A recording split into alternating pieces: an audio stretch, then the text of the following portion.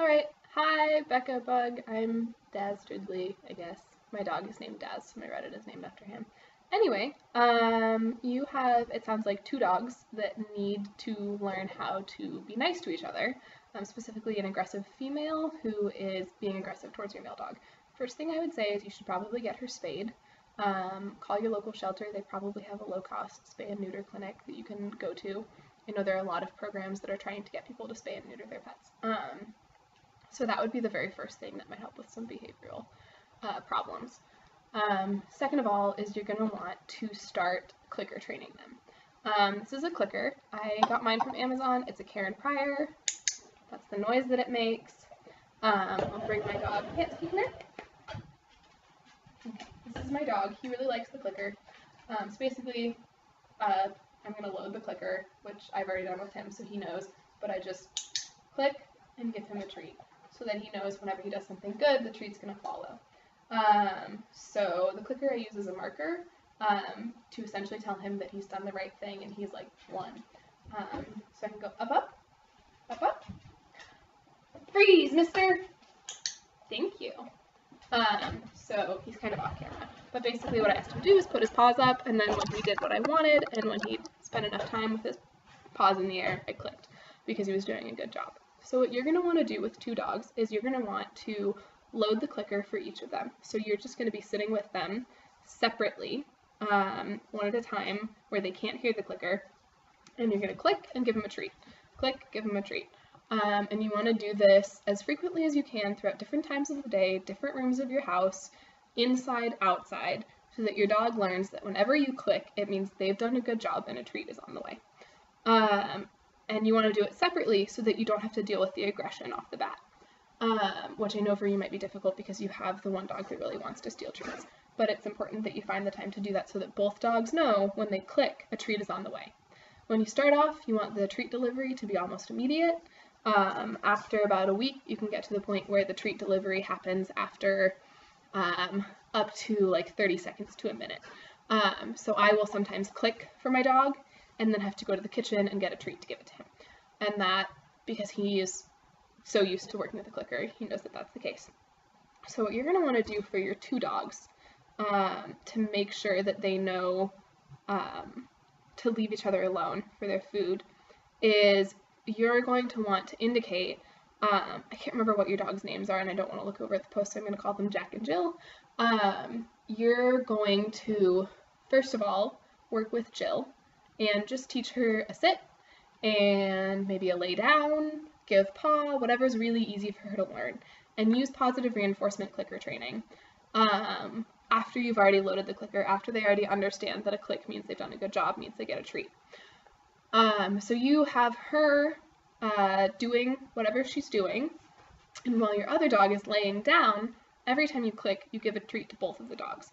You can just take their kibble and instead of feeding them lunch, do a training with them at lunchtime and use all the kibble that you would use for their lunch as treats.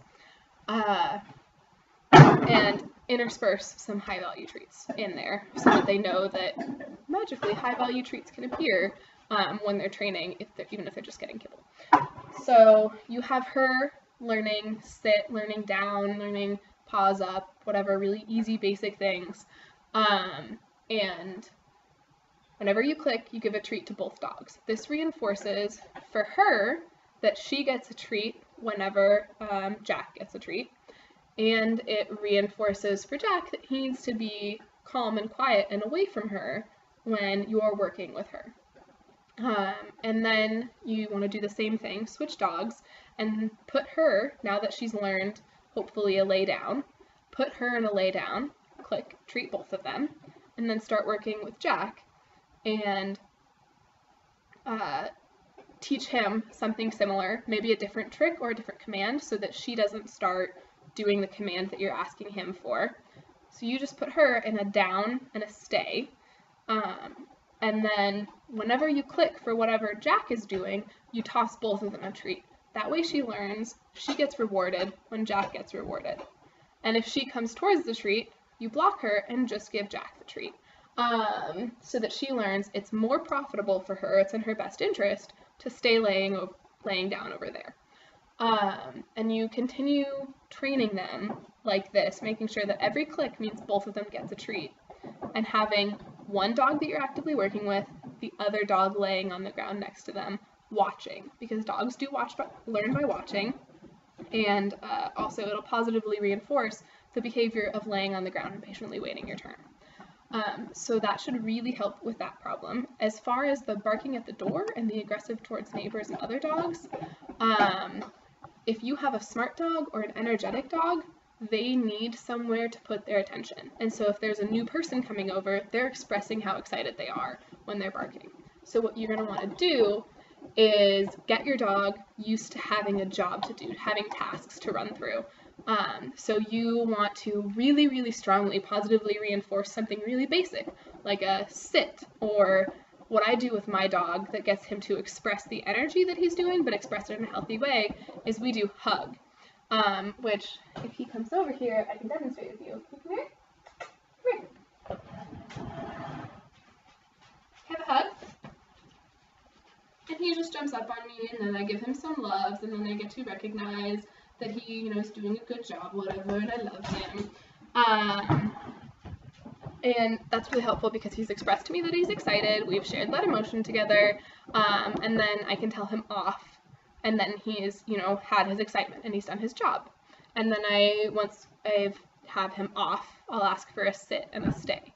And that way his attention is directed somewhere and his brain is working, because his thought process is, Mom told me to sit and Mom told me to stay. So I have to sit here and I have to stay, and I have to focus on sitting and staying, and I'm not going to focus on barking at the person at the door because Mom gave me a job, and if I do this for long enough, Mom's going to reward me and give me treats, because every time I've done this in the past and I sat and I stayed, Mom gave me treats.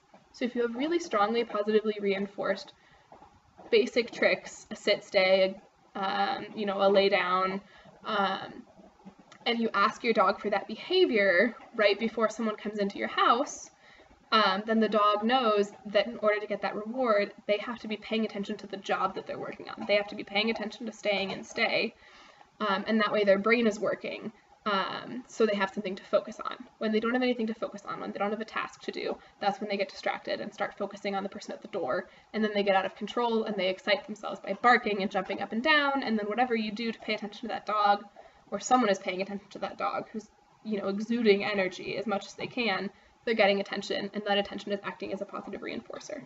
So you need to give them something else to do to really positively reinforce. And let me just look at your post and make sure I've answered all of your questions. Okay, so that seems like it's everything. I hope that